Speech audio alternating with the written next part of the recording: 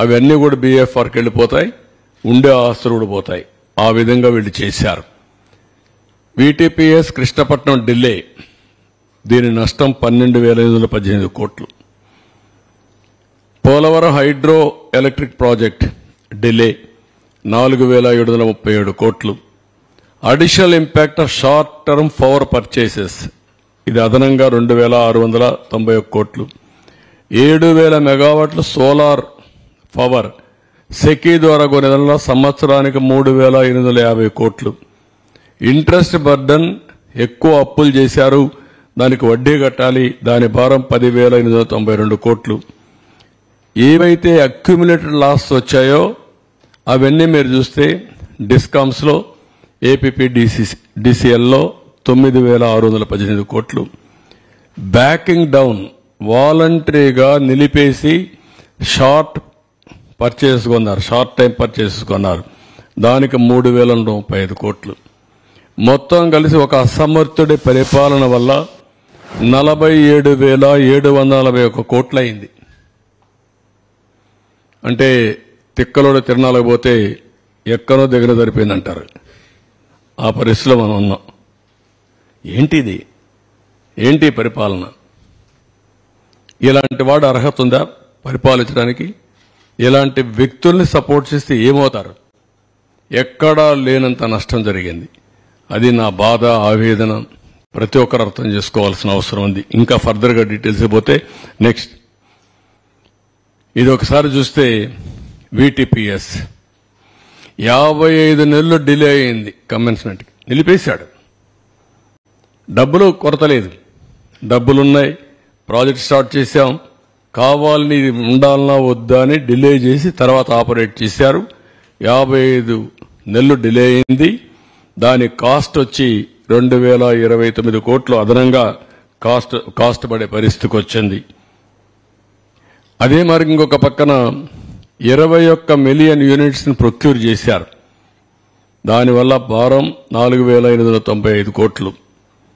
Krishnapatnam stage 2, అది కూడా 800 మెగావాట్లు, 44 నెలలు డిలే అయిపోయింది. దాని కాస్ట్ వచ్చి మీరు చూస్తే ఎక్స్లవేషన్ 2,035 కోట్లు.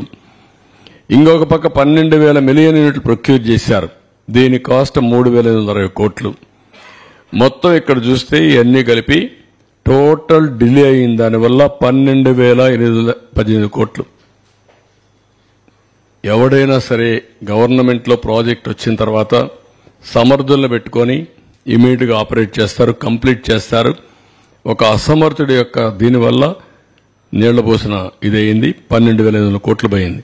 నెక్స్ట్ ఇది పోలవరం టర్న్కీ కాంట్రాక్ట్ అవార్డు ఇచ్చారు 6 డిసెంబర్ 2017. కమిషన్ చేసింది 2023. టర్మినేట్ చేశారు, మళ్ళా దాన్ని చేసి 26 వరకు కొత్త కాంట్రాక్ట్కి ఇచ్చారు. ఆన్ గోయింగ్ ఆర్బిట్రేషన్ ఇంకా సెటిల్ కాల. అది సెటిల్ అయితే 1,500 కోట్లు. పాతవాడికి 1,500 కోట్లు సెటిల్ చేయాల. ఇప్పుడు కొత్తవాడు వచ్చింది 26కి వస్తాడు, 23కి పవర్ వచ్చేది. అక్కడి నుంచి ఇంపాక్ట్ అండ్ వేరియేషన్ ఆఫ్ ఇది మొత్తం ప్రైస్ వేరియేషన్ 350 కోట్లు అవుతుంది. Generation losses 2,000 units for annum. Additional burden 1,155 కోట్లు 24 వరకు. ఇంకా పెరిగితే ఇంకా పెరుగుతుంది. టిల్ జనవరికి అయితే 3,000 మిలియన్ యూనిట్లు 1,732 కోట్లు. టోటల్ గా 4,737 కోట్ల రూపాయల నష్టం చేశాడు. ఒక ఈ ప్రాజెక్టు వల్ల, డిలే వల్ల, చేతగానితనం వల్ల, అహంకారి వల్ల అదనంగా 1,500 కోట్లు పే చేస్తున్నారు. ఒక వ్యక్తి అహంకారానికి ఎంత ప్రైస్ ఉందో మీరు గుర్తుపెట్టుకోవాలి. ఎంత రాష్ట్రం పే చేస్తా ఉందో గుర్తుపెట్టుకోవాల్సిన అవసరం ఉంది. Next short term power purchases.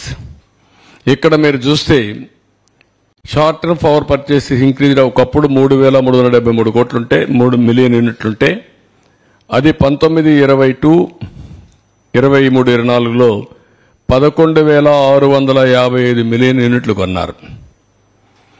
Average short term purchases cost increased from ₹4.02 ఒకప్పుడుంటే ఇప్పుడు ₹7.61 పెరిగింది. 89% కాస్ట్